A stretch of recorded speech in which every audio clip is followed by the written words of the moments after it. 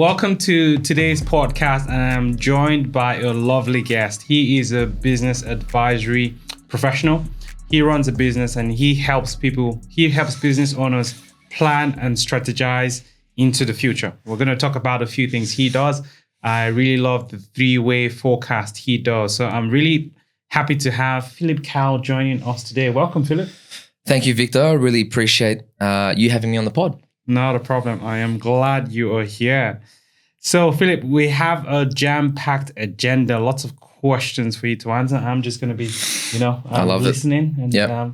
My viewers out there will be listening as well. So, but before we jump into, questions about business advisory, what is your story? How did you get into this studio? How have the last few years been in your life? Tell us. You want to know everything about my personal life from when I was born to now? Or? Look, let's just keep it to maybe 10 minutes, but yes. 10 minutes, all right. All right, 10 minutes max, okay. Okay, so a little bit about me and how I got here. I would say, to start off as to why I've gotten into this industry or this business, it goes all the way back to my childhood. I was raised in a single mother household. It's just mum, me, and my sister. Dad left us quite early on. And so I was at a young age, maybe 8, 9 years old, I kind of felt like I had to be the man of the house. Now, our dad left us. It was not the best of times. I could still remember vividly when that day occurred when he left us. I was wearing my sports uniform that day. We got kicked out of the house. And then the next day I had no uniform to change into, and I went back to school in sports uniform again, whilst everyone else was in the normal school uniform. So to me, that was the probably worst feeling you could feel probably as a kid. You kind of feel alienated, people looking at you. What the hell is this guy? Why is this guy still? It's not sports day. It was yesterday, dude. Did you go home? That kind of made me feel really, really, for the better word, shit about everything. But from there, my mum, as I mentioned before, was an inspiration. She, we were left with nothing. She basically took me and my sister and really took care of us. She started 2 jobs just to support us and ensure that me and my sister had the best education possible. We were sent to Catholic schools, and school fees at the time were quite high for a single mother. Pretty inspirational. She even studied. She went to TAFE to learn English, and then went to TAFE again to do optical dispensing. And so for me at a young age, I thought, man, this is that's very. And I'm going to repeat the word again, but inspirational to me to see that, a woman, a mum could do those things out of love to help me and my sister.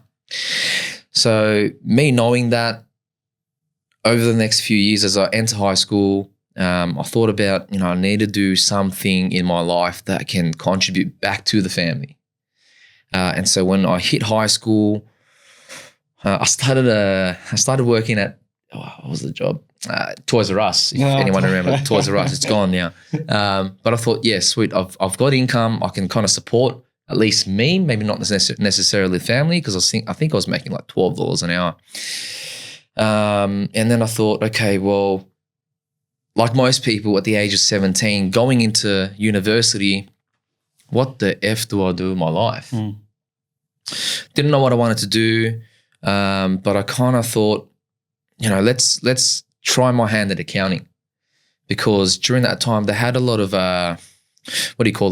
accounting fairs where you can go and meet different employers and potentially get an internship, or what they call it at the time, a cadetship. So I ended up getting a cadetship with a mid-tier firm. I remember the day I told my mum, she's like, yeah, whatever, that's BS, you didn't get it, right? Because at a young age, I would talk a lot of shit. And so she didn't believe me. And that kind of made me like, what the hell? But anyway, I did get the job. And that really felt like, I don't love accounting. I didn't want to really do accounting because that was also stereotypical of an Asian to get into accounting, law, whatever it was. I wanted to actually do law. But now I've realized I'm not good with words. I'm good with numbers. So I fell into that at the age of 17. I was working full-time there. And I think my first paycheck was $392. Not that. Whoa, $392. Okay. After tax. After tax. But that was enough for me to live. And I realized then my mum didn't have to work 2 jobs anymore. She could just focus on her and my sister. And so that kind of how that's my backstory in terms of how I got into the accounting industry. Over the next 8 years, I worked for another mid-tier firm. I don't regret working for those firms, but they work you like dogs. Your hourly rate just plummets because you're there. You know, they say you work 8 hours, 7.5 hours a day, but you're really there after hours, trying to just pump out work. So, you know, looking back now, not the best financial pay, but overall, I wouldn't change it because he gave me the experience that I have today.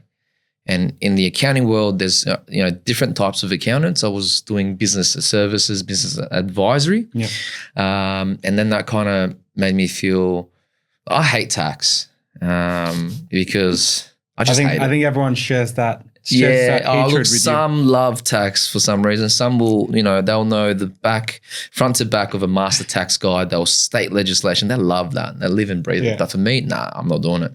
What I found joy in my work, some accountants don't really find joy in their work, but for me, it was working with businesses and being able to add value and look forward versus look backwards. So that was really great for me. And then from there, my wife said, or girlfriend at the time said to me, I'm leaving Sydney for London. I want to travel. I want to do all these things. And I was like, I thought you were about to say she was leaving you. Yeah, well, she would have. So I was at a crossroads. I was like, okay, is she the one? 5 years in, is she the one? But then I thought, look, we've got a lot of history together. We went through a lot of things, and I think she is. So I kind of packed my bags and left with her. Told everyone that I'm just going to be there for, a year. I'll be back. That 1 year turned into 4 years. Whoa.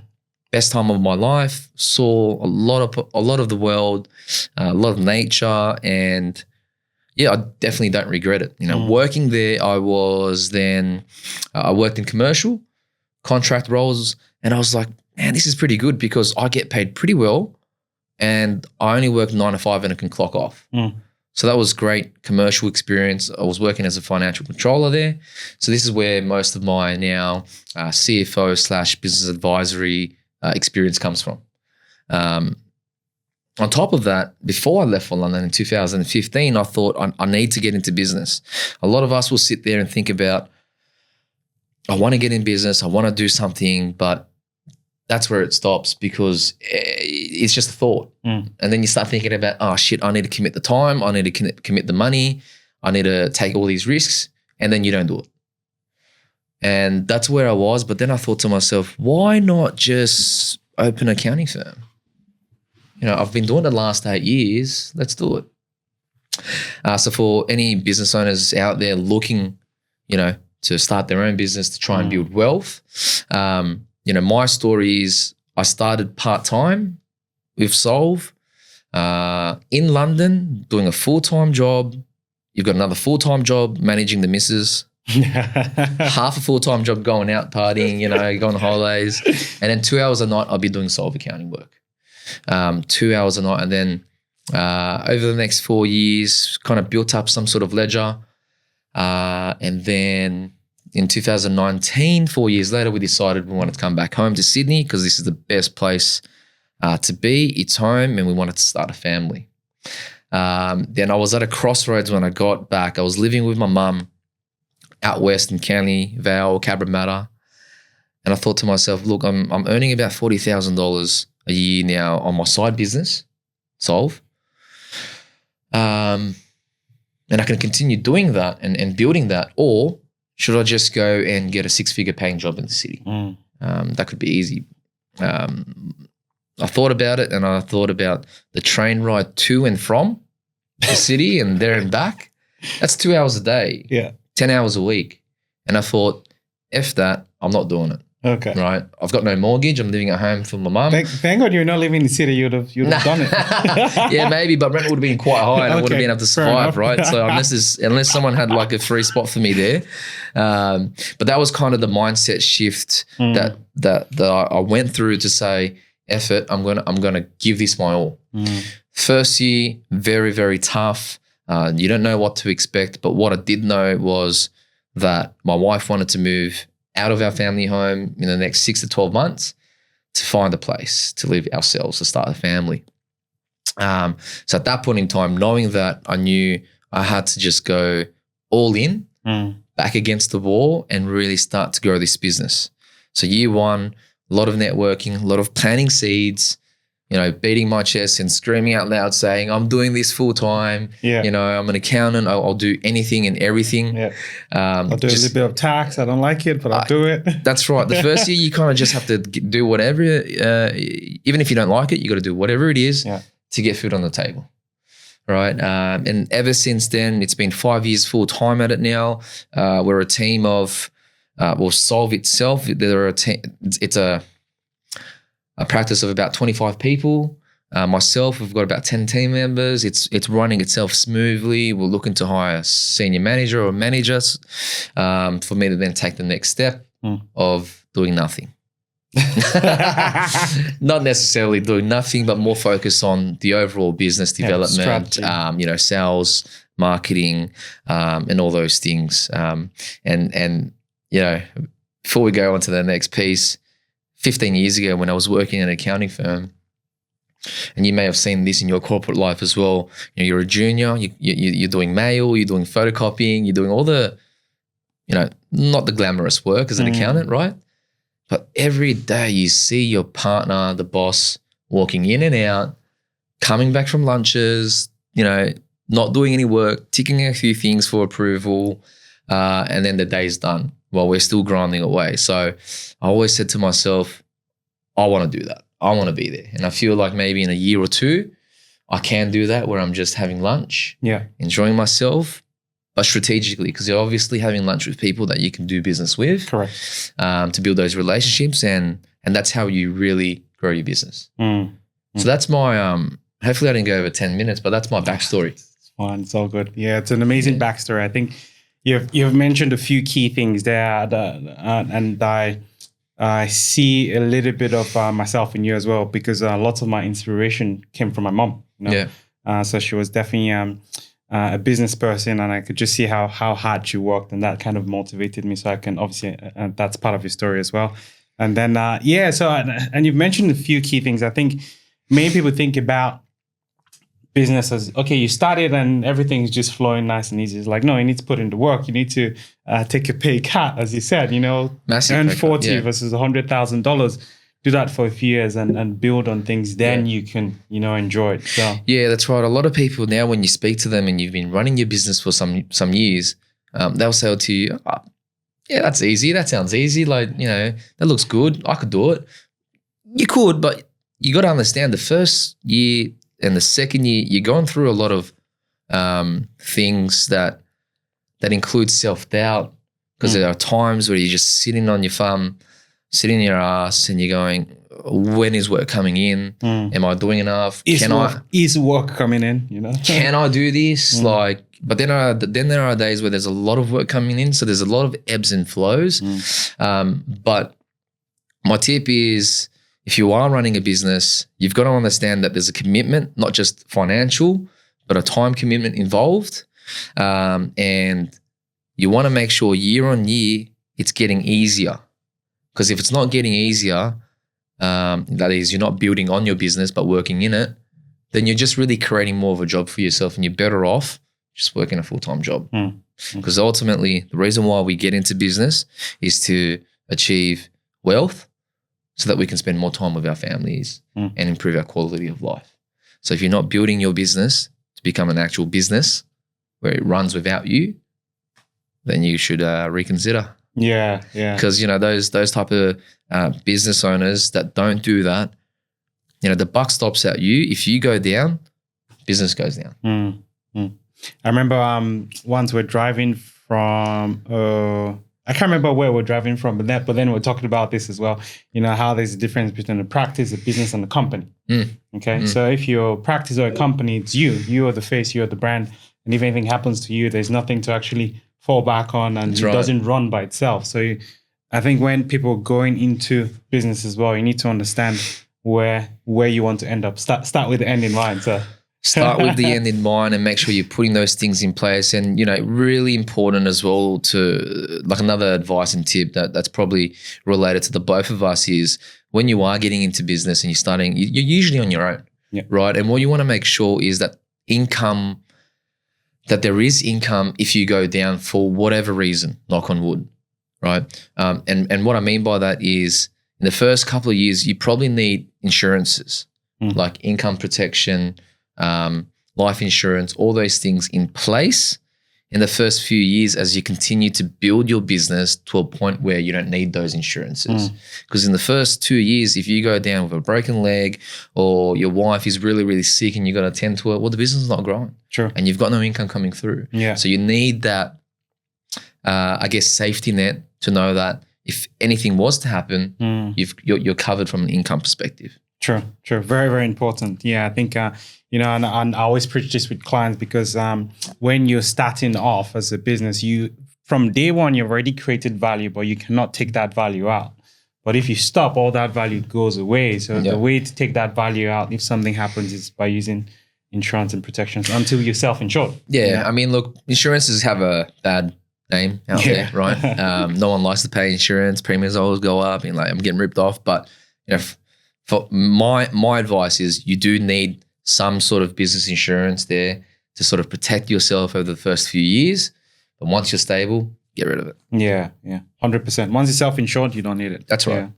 Yeah. Okay, amazing. So that was probably 20 minutes, but that's good. Oh, great chat. I love it. All right, sorry. Okay. It's going to go 2 hours. Yeah, we can go for 2 hours. That's fine. So, okay, now diving deep into business advisory, I can imagine many people out there may not know what business advisors do, like yourself. So, because I think business owners that have that, and I've used your services so I can fully understand and appreciate how that helps. So business owners out there that are thinking, what's business advisory? Why do I need it? How can that help with future success of my business? What do you have to say? What do you do? What do I do as a business advisor, and how do I explain that to people? So, look, I would say business advisory is kind of new to the small, medium-sized business world, right? Typically, a small business will start out, they'll get help from their accountant. The accountant typically is a tax accountant that will help them with, the compliance work, maybe a bit of tax planning.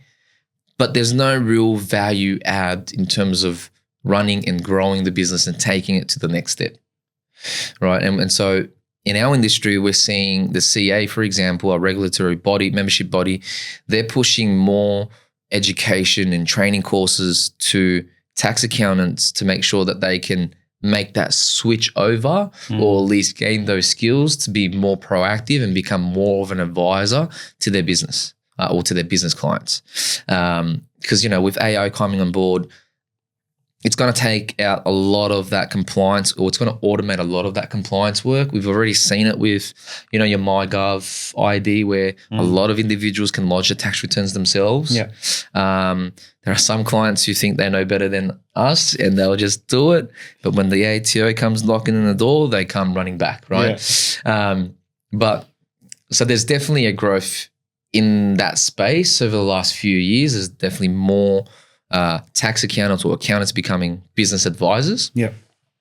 In terms of how I would explain my service or what I do to clients, think of me as a builder.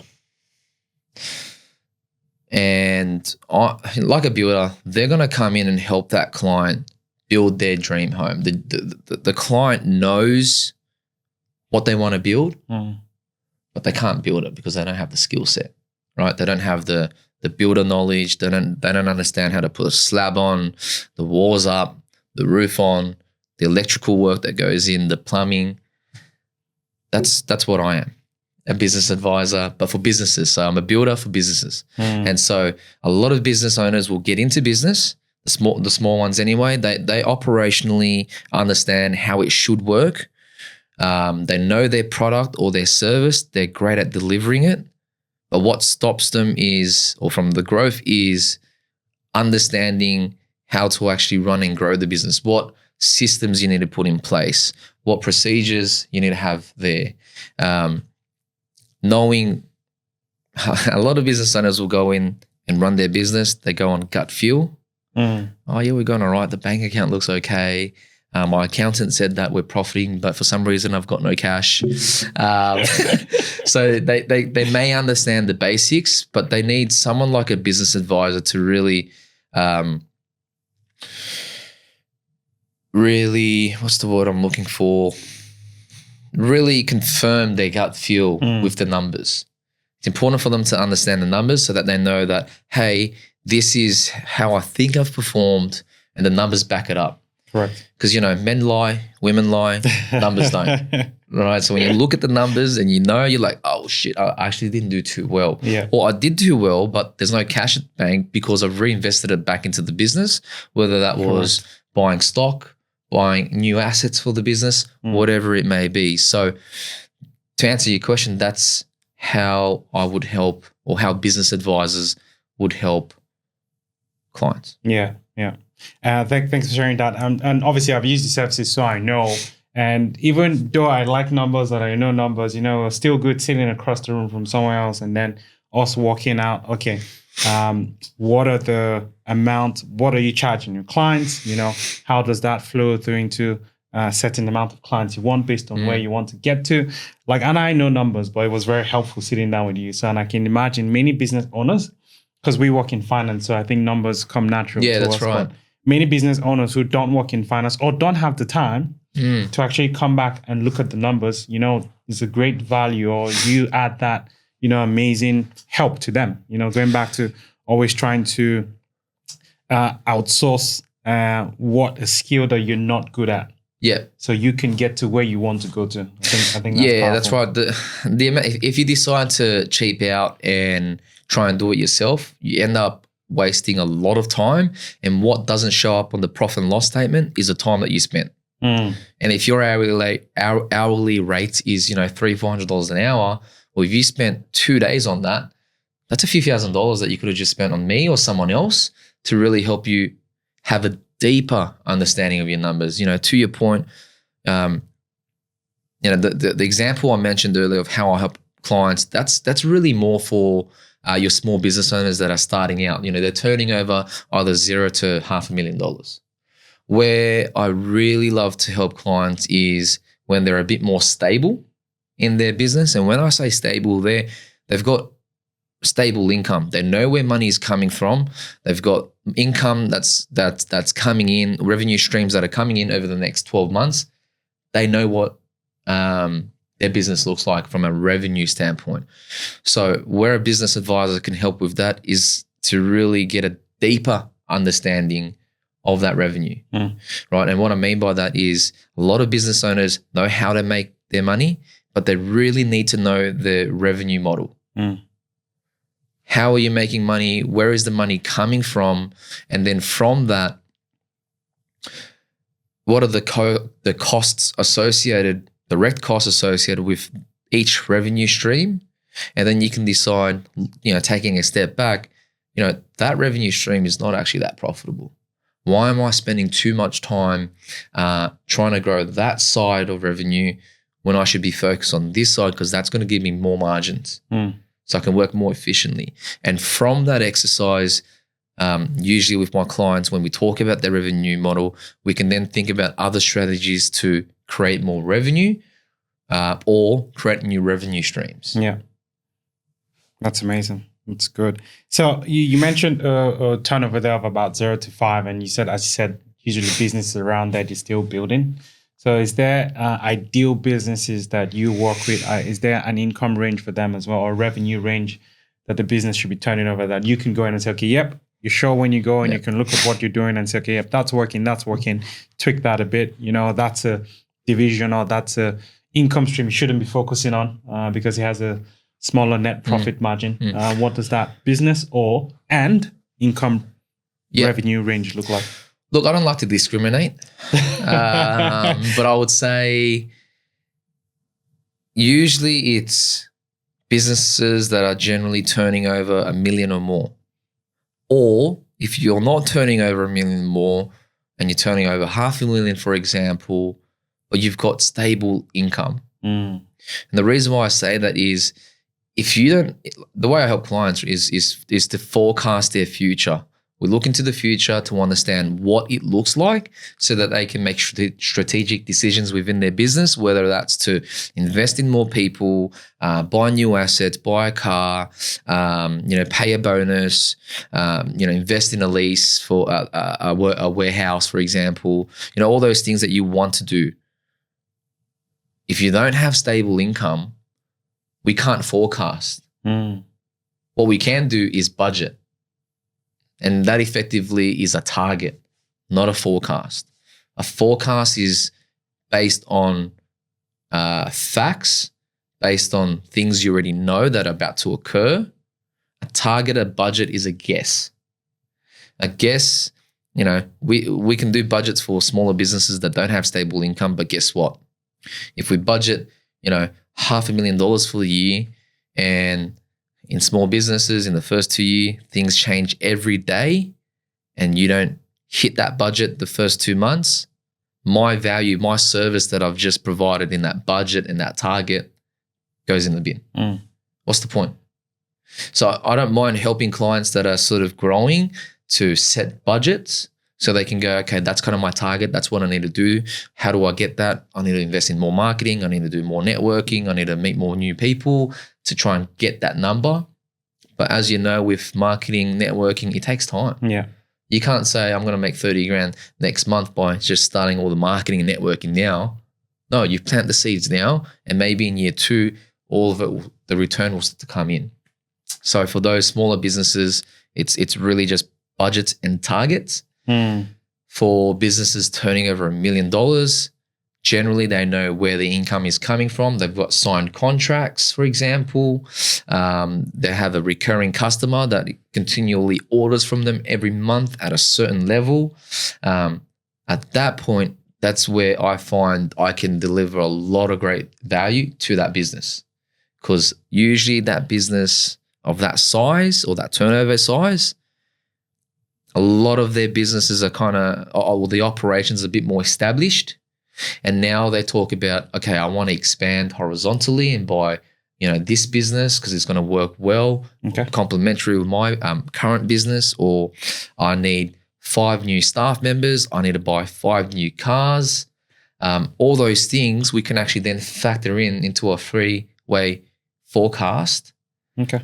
And by putting that in place, we know that the revenue is stable, and then we know whether or not you can do these things when you want to do it, because that 3-way cash flow forecast is going to give you, once completed, it's going to give you an idea of, do you have enough money to do that? Are there any cash flow bottlenecks in between months? If so, let's not invest then. Let's do it 2 months down the track. That's the forecast you set. What we also do is do a rolling forecast. Okay. Forecast today is based on the facts you know today. But in 3 months' time, you might land a massive whale of a client. What's that going to do? That's really going to increase your revenue now.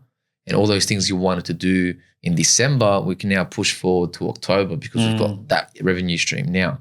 So we can grow even faster now. Okay. So that means every month we're updating the forecast with known facts to allow that business owner to make decisions then and there for next month, for example. Nice. Yeah, that's good, because you've mentioned that 3-way forecast as well. And, I think that's a key thing for kind of people to zone in. So what's the 3-way thing there? What's the... 3-way, there's There's a lot of three-way things you can. I won't go there, but a three-way cash flow forecast in business. It is the financial statements. Okay. You've got your cash flow your cash flow statement. Yeah. You've got your P&L and your balance sheet. I see. Yeah. So everyone would have seen this before, sitting with their accountant at year end. Maybe not the cash flow forecast. A cash flow statement, but you definitely would have seen the P&L and the balance sheet, right? So the P&L gives you the performance, really. The sales. A lot of people like to talk about it. Yeah, I'm doing so well. I'm turning over millions of dollars. But what I always like to ask clients is, how much do you have left over? What's turned over? What's left over? And then what's left over is really an indication of how you've performed for that, how much profits you got left. From there, you know how much profits you've got left, but that really is not the best way to see how your business is actually performing, because some of the expenses in your profit and loss statement, it's non-cash. You're talking about depreciation, for example, which would obviously bring down your profits. So a lot of investors out there, when they look at buying a business, they look at EBITDA, earnings before interest, tax, depreciation, amortization, and that gives a true performance of how the business is performing from a cash perspective, or the actual cash. The balance sheet's going to give you a true position of what it looks like, your assets, your liabilities, and the difference between the two is your net assets. Ideally, for business owners, you want to see that net asset figure go up. It means you're building value in the business and there's equity in the business. The cash flow statement, that's, cash is, the oxygen of any business. If you've got no cash, the profit might look good. The balance sheet might look good with all these assets, but the bank account's zero. If there's no cash in the bank, you can't operate your business. How are you going to pay your suppliers? How are you going to do anything? So the cash flow statement is going to give you really good overview of which month or at this point in time, where did all my money go? How did it all come in? Where did it all go? And you look at it and you go, I spent too much here and there. I need to pull back on those operating costs, or I need to pull back on those capital investments. Those, hopefully you guys understand that. Those are the three statements we would take and then forecast out over the next 12 months. Yeah. Or longer. Yeah, and you are right. Cash is king, because if there's no cash, things don't work out well. And most businesses run out of business because of cash. It's not because they're not making profit, just because they haven't managed that properly. And I think that's a very key thing for lots of business owners. And what I'd say to that as well, a lot of people get caught with their pants down for the cash aspect with tax. They don't plan for it. They jump into a business, they get very profitable, they spend all the cash, and guess what? The second year, you get hit with your tax bill and then your installments. On top of your GST, if you've got employees, there's PAYG withholding. And the second year is atrocious, and that's when we start to see businesses fail. And so, in year one, whether it's a business advisor, whether it's an accountant, you want to make sure that when you are running a business, you're speaking to the accountant to understand what your tax liabilities are, at least at the end of the financial year, day one, so that you've got at least 11 months to plan for that. Otherwise, you might get an accountant that does your year-end accounts 10 months later. Here's a 50 grand tax bill. You've got a month to pay, and you're like, shit, I just bought that Ford Ranger. I shouldn't have bought it. Yeah. Just told the wife we're going on a nice holiday, spend the money. Yeah. So just to add to the three financial statements, right? When you speak to a lot of business owners, they're going to be like, when you ask them how their business is going, I've turned over, I've brought in $1 million, $2, $3, $5 million, and they're like, beating their chests. And then you ask the question, how much did you profit? Yeah. And then I don't know. I don't know, right? Like, don't ask. Don't ask, right? So, when you think about those two things, I've got a poem for the viewers out there, and it's income is vanity, because everyone thinks they're so good. But then profit is sanity, because then they realize at the bottom, like, oh, I'm not doing too well, right? But cash is reality. Hey. So when you look at your cash and you realize you've got nothing in there, well, guess what? You're not managing your cash properly. Something needs to happen or change within the business to make sure you got the cash flow, because cash is king. It's the oxygen of the business. If you don't have that, you can't operate. That's amazing. I love it. Thank you. Bringing people back to reality. That's right. That's right. Okay. So, and these days as well, and I think we've had so many conversations, and the other one we're having was how do you, so many business coaches out there and more business. There's a meme. There's a meme out there that says there are more business coaches out there than businesses. Yeah, than businesses. Right. Which is which we found very interesting, which is still very interesting. So when people hear this, they might say, "Well, my business coach is doing that." Or my business coach can do that. What is the difference between a business coach and a business advisory specialist? And are they things where a business coach should not be guiding their clients on because they may not have the skills to do that? Yep. There's two questions there. I'll answer the first one. So the difference between a business coach and a business advisor like myself, I'll go back to my original analogy. A business advisor is like the builder. We help you with implementing, executing your strategy. So I'd say we're more hands-on in building your house or building your business. A business coach, if it's a good one, they're more like a architecture. They're going to help you, they're going to help you work out the plan of your house, where the wall should go, where this, what you want to do here. They'll give you advice around that and help you plan and say, this is your house that you want, your dream home. They'll give you, the mindset behind all those things. This is what the business should look like. You need to do X, Y, and Z, implement this, implement that. And that's it. At that point in time, it's like, okay, well, they've given me the guidance. Yeah. They've coached me. They've told me what to do. It's like a personal trainer. They'll tell you what to do, but they're not going to do the exercise for you. No. Right. So that's really the difference between the two. I'm happy to work with business coaches who are experienced, who has the strategy, who effectively could be an outsourced CEO for a business, where they're giving you that strategy, giving you all the things that you should be doing.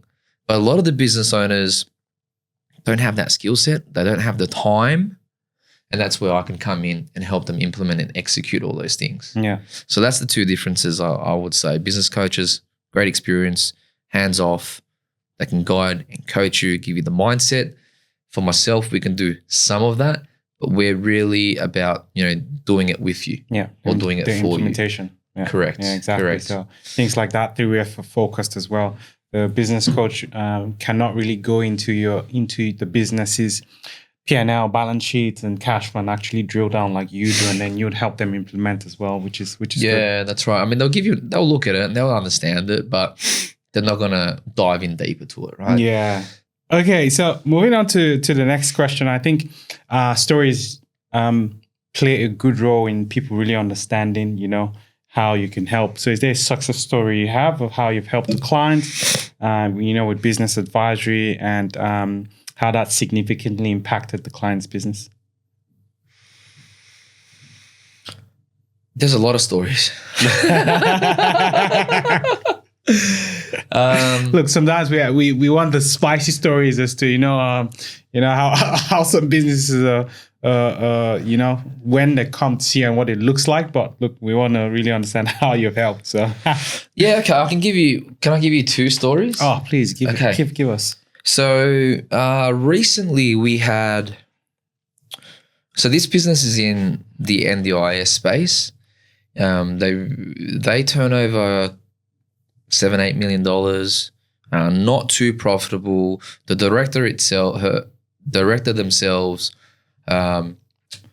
great at what they do, but they weren't really good at really running the business. They had multiple accountants working with them, and one of them really dropped the ball.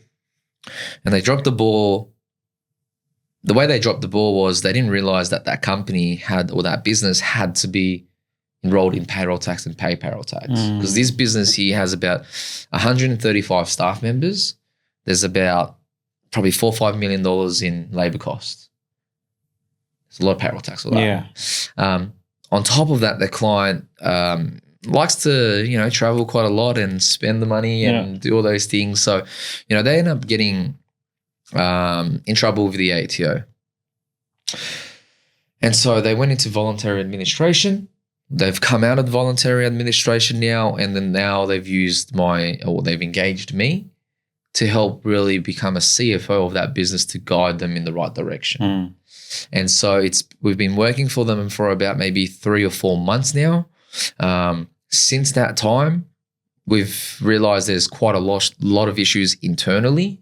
Their full-time accountant in the business is not qualified, is not doing the job that they should be doing. They're dropping the ball from not bringing revenue, not chasing debtors. Now, some of those debtors can't be chased because in NDIS, you've got a certain time frame to claim your money back. If it expires, you don't get it.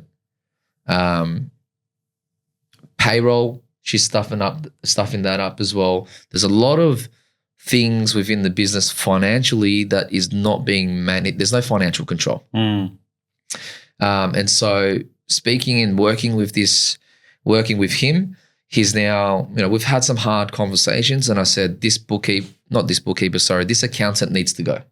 We need to get rid of them, and I need to do the work for now to steer the ship in the right direction. And then when the time is right, we get someone in full time.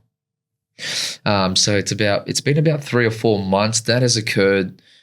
We're almost to a point where we've got numbers that are credible and accurate, so that now we can start making decisions for this business.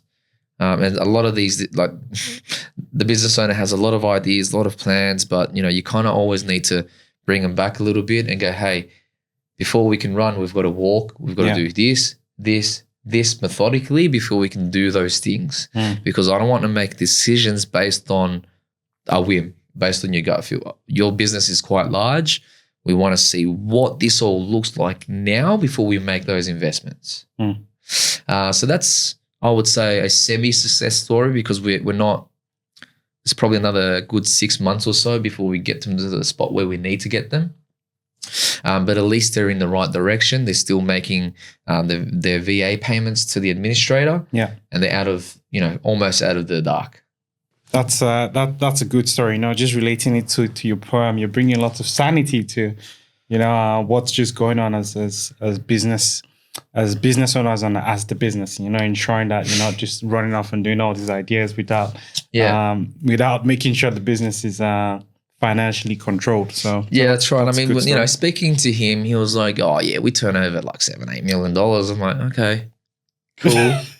What's the profit? I don't really know. What's the cash? Oh, we went into VA, cash flow is tight, and there you go. That's the reality check, right? The second story, and look, I'm just getting my phone up here because I received this yesterday. It's a client testimonial. So before I read it, this client here had been working with their accountant for about 6 years. Their wife was also doing the bookkeeping. 6 years. Anyway, he came to me and he said to me, "Phil, I've been running this business for 6 years and I feel like I'm not profiting. I feel like I'm always paying the tax man.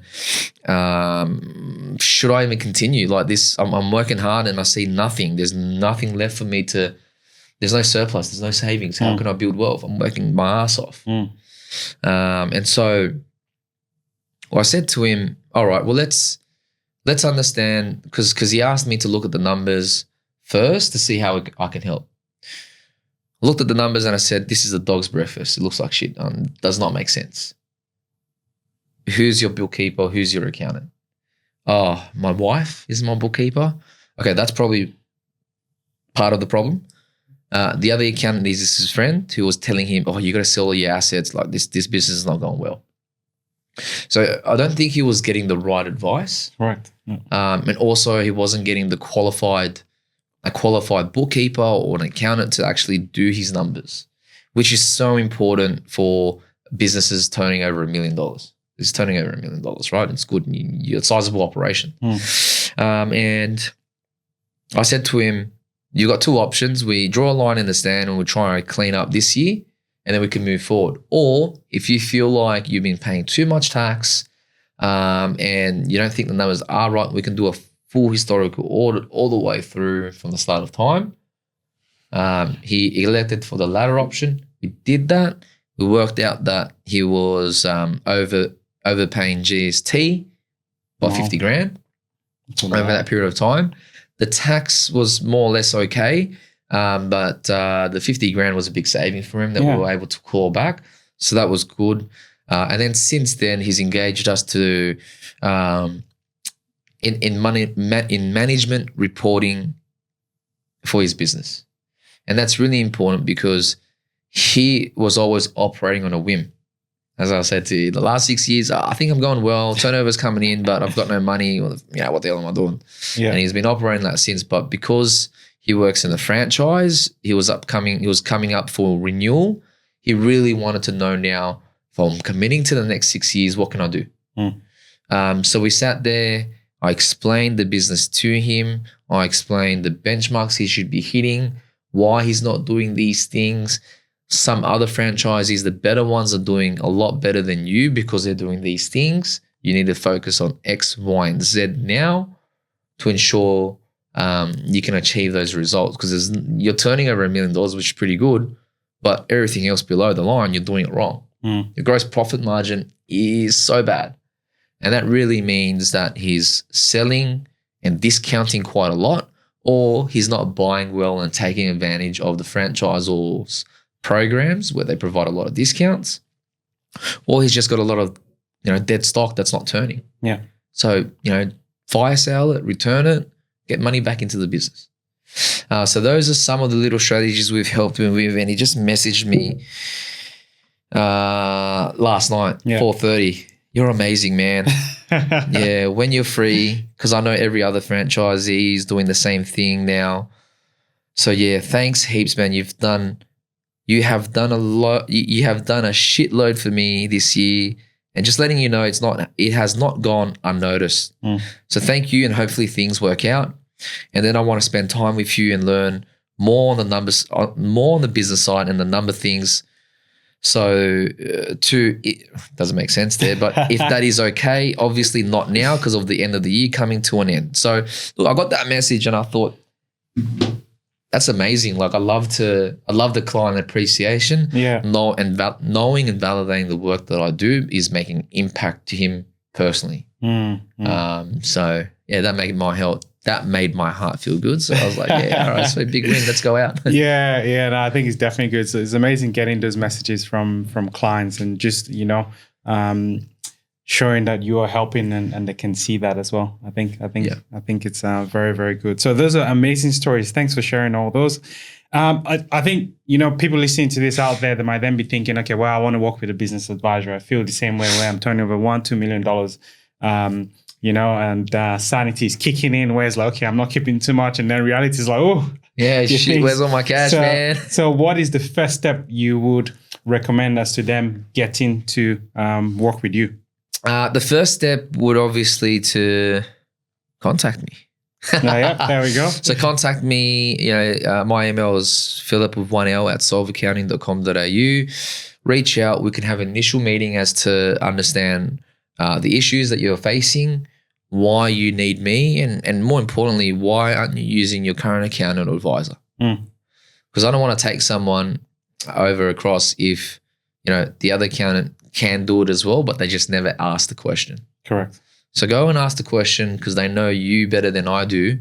And if they can't help you, I'm happy to help you. And then that's where we can then have a second meeting to really dissect what the issues are, what the goals are for the next 12 months, and then think about a plan, at least a financial plan. 4 strategic priorities as to what you want to achieve over the next 4 months. Plot those priorities into quarters in terms of when you want to achieve it. In each of those months, think about a little project that you can work on each month to achieve that overall priority. So by end of 12 months, you'd be able to achieve those goals. And if not, you've made progress. Yeah. So that's how they can reach out and try and work to see if they can work. I think that as the new year's kicking in, I think it's a great opportunity for people to kind of get serious and then sort out, your business issues if they have any. Because you, as a business owner, you should definitely be rewarded for all the hard work and risk you're taking. So I strongly suggest. So I know you're big on socials as well. So how can they reach you on socials? I know you're on Instagram, LinkedIn.